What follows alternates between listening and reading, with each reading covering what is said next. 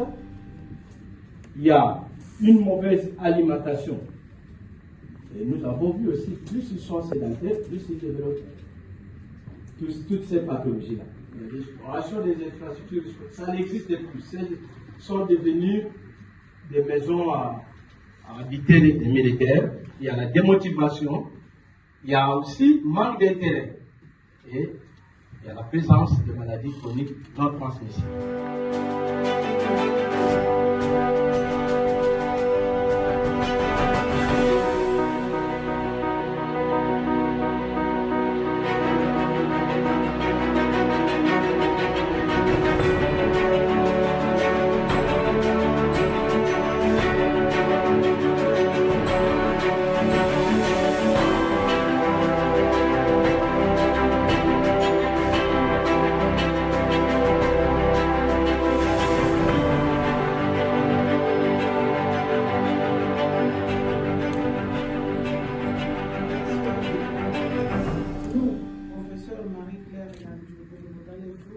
Secrétaire général en la recherche, agissant au nom du recteur de l'Université de Kinshasa, vu le procès verbal du jury chargé de procéder à l'examen de la thèse de monsieur le chef de travaux Nikez Kian Kassa, en vue de l'obtention du grade du docteur en médecine, physique et réadaptation.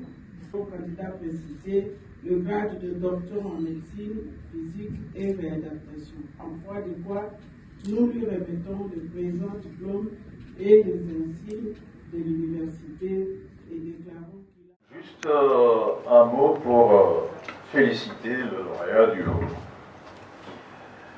qui s'est inscrit dans la droite ligne de ce que moi j'avais instauré comme politique quand j'étais encore chef du service de santé de l'armée, et ont constaté que un des piliers majeurs de l'armée, qu'on appelle la mise en condition du soldat, parce que ça commence par là. Un militaire ne va pas au combat avant d'être mis en condition. J'exhorte le lauréat du jour à continuer ses travaux.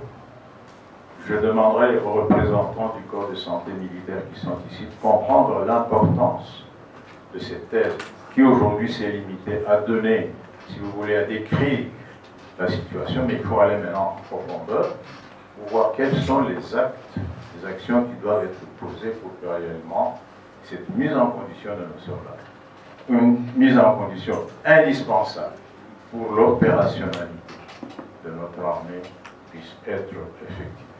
Encore une fois, félicitations à la faculté, félicitations aux lauréats. Je vous remercie.